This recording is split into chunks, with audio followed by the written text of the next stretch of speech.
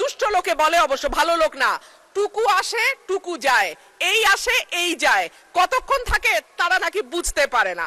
৮০ টাকার নিচে কোনো সবজি নাই।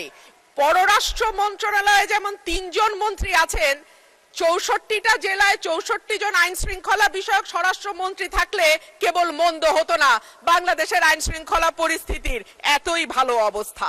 রুমিন ফারহানা, ব্রাহ্মণবাড়িয়া ২। মাননীয় স্পিকার, আপনাকে ধন্যবাদ। মাননীয় স্পিকার, আমার বক্তব্য মূল্যস্ফীতিতে মানুষের জীবনে নাভিশ্বাস উঠা প্রসঙ্গে। ১৮০ দিনের অগ্রাধিকার তালিকার মধ্যে এই সরকারের প্রথম ৩টি কাজের একটি ছিল আইন শৃঙ্খলার উন্নতি, ২ নম্বরে ছিল দ্রব্যমূল্য নিয়ন্ত্রণ এবং ৩ নম্বরে হলো জ্বালানি খাতের নিশ্চয়তা। মাননীয় স্পিকার, আইন শৃঙ্খলা পরিস্থিতি নিয়ে কথা বলতে গেলে মুশকিল হচ্ছে আমাদের আইন শৃঙ্খলা সংক্রান্ত যিনি স্বরাষ্ট্রমন্ত্রী আছেন তিনি হয় ব্যঙ্গ করেন আর না হলে বাকচাতুর্য দিয়ে পুরো বিষয়টিকে ঢেকে দিতে চান। কিন্তু সাধারণ মানুষের সঙ্গে কথা বললে মাননীয় স্পিকার জানা যায় যে বাংলাদেশে পররাষ্ট্র মন্ত্রণালয়ে যেমন ৩ জন মন্ত্রী আছেন, ৬৪টা জেলায় ৬৪ জন আইন শৃঙ্খলা বিষয়ক স্বরাষ্ট্রমন্ত্রী থাকলে কেবল মন্দ হতো না বাংলাদেশের আইন শৃঙ্খলা পরিস্থিতির এতই ভালো অবস্থা।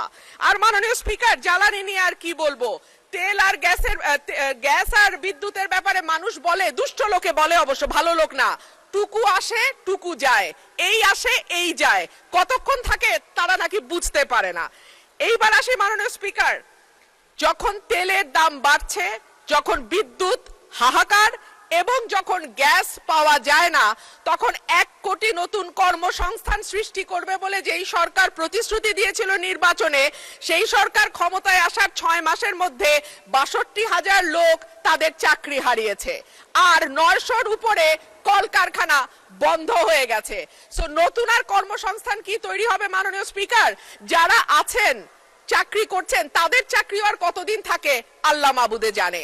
বাজারে যখন মানুষ যায় ৮০ টাকার নিচে কোনো সবজি নাই, ডিমের দাম কয়েক দফা বেড়েছে, চালের দাম, বিশেষ করে মিনিকেট যেই চাল বলা হয় এটা নাকি খায় না, তারপরেও তো কেউ কেউ খায় মাননীয় স্পিকার, যখন দ্বিগুণ হয়ে যায় এবং যখন আমরা টিসিবির লাইন দেখি তখন